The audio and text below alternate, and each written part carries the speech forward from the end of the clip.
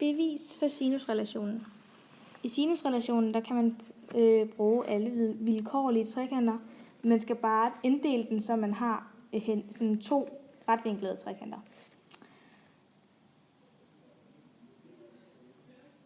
Arealet for en normal trekant, den er t er lige med højde gange grundlinje gange en halv. Hvis vi sætter de bogstaver på, som vi har på vores trekant, så hedder den t er lige med h gange b gange en halv.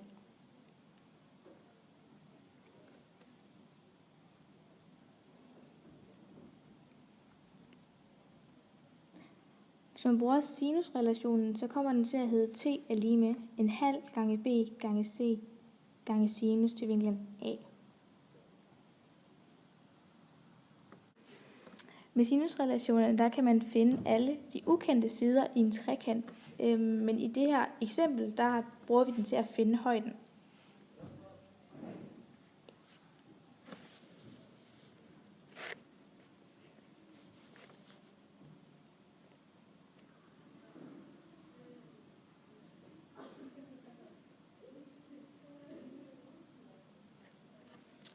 Så sætter vi de 3 arealformler lige med hinanden.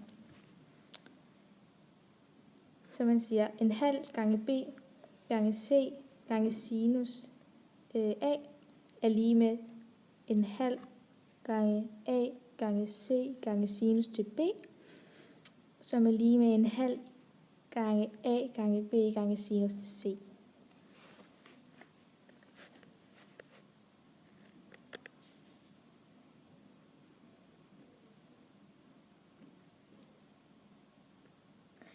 Det næste, der så sker, det er, at en halv ved alle de 3 arealformer, de går ud med hinanden. Så den kan man egentlig bare strege ud. Og så dividerer man med a, b og c ved alle de 3 arealformler. Og så i den første, der går b og c ud, og den næste, der er det a og c, og den sidste, der er det a og b.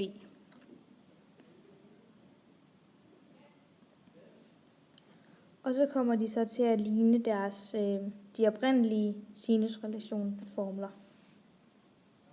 Sinus til a divideret med a, og sinus til b divideret med b, og sinus til c divideret med c.